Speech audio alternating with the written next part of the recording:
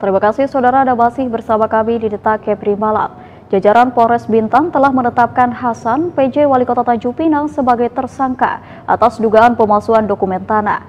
Atas penetapan tersangka tersebut, Hasan juga telah berencana mundur dan menyatakan siap menghadapi proses hukum yang berlaku. Namun di sisi lain, penetapan tersangka Hasan disinyalir dapat melemahkan dukungan terhadap Gubernur Ansar yang akan kembali maju pada pilkada nanti. Lalu seperti apa pandangan politisi Golkar Kota Tanjung Pinang atas penetapan Hasan sebagai tersangka tersebut? Saat ini kami telah terhubung dengan anggota DPRD Tanjung Pinang yang juga politisi Partai Golkar Novalian Rifatir. Selamat malam Pak Fatir. Selamat malam. Terima kasih telah bersedia bersama kami di Detak Kepri, Pak.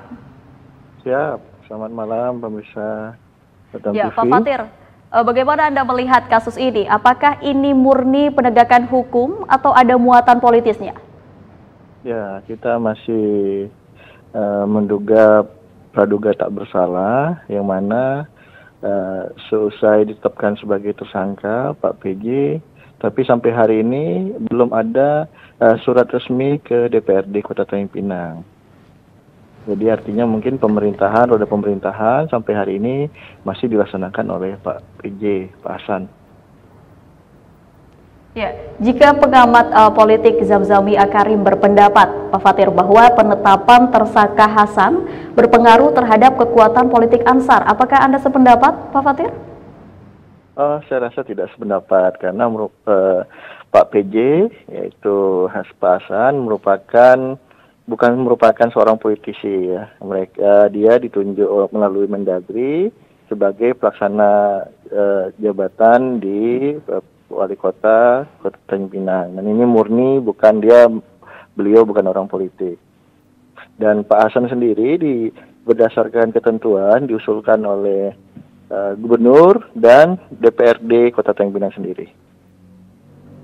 Ya, menurut Pak Fatir sendiri, apakah penetapan Hasan sebagai tersangka ini berpengaruh terhadap peta politik Pilwakot Tanjung Pinang? Saya rasa tidak ada, karena memang tadi saya sampaikan bahwa Pak Hasan sendiri bukan orang politik ya. Karena dia adalah melekat di ASN, jadi tidak berpengaruh politik bagi Pak Gubernur maupun politik di konsultasi pilkada di Kota Tanjung Pinang. Apakah Hasan perlu mundur, Pak Fatir, karena telah ditetapkan sebagai tersangka? Ya, kalau saya rasa kalau sudah ada surat resminya dari Kapolres Bintan, saya rasa lebih baik untuk menjalankan pemerintahan Kota Tanjung Pinang yang wajib mundur, dan mungkin kami juga mengusulkan Pak Gubernur melalui Mendagri juga akan mengganti. Ya, kalau misalnya seandainya dia mundur, ya kita harus mencari penggantinya begitu, sehingga tidak ada kekosongan pejabat di Kota Tanjung Pinang. Ya, karena ini pasti akan mengganggu sekali apabila nanti terjadi kekosongan. Ya, artinya nantinya berpengaruh kasus ini untuk laju pemerintahan di Tanjung Pinang ya Pak Fatir? Ya betul, karena sebagaimana kita ketahui bersama, jangka waktu PJ ini masih sangat lama dan masih kita butuh pengesahan APBDP perubahan, APBD murni 2025, dan ini memerlukan seorang pemimpin di Kota Tanjung Pinang. Kami berharap nanti Mendagri juga seandainya surat pengunduran diri Hasan diterima, secepatnya penggantinya, begitu. Lalu kapan waktu yang tepat, Pak Fatir, untuk pergantian PJ ini? Saya rasa sampai sekarang belum ada ya instruksi surat resmi dari Pak PJ sendiri sebagai mengundurkan diri, maupun juga ditetapkan tersangka kepada DPRD. Jadi kami masih menunggu. Apabila sudah ada, tentunya kami akan berkoordinasi dengan Gubernur dan Mendagri terkait kekosongan ini. Tapi sejauh ini bagaimana komunikasi Hasan bersama DPRD Tanjung Pinang, Pak Fatir? Selama ini masih berjalan dengan baik.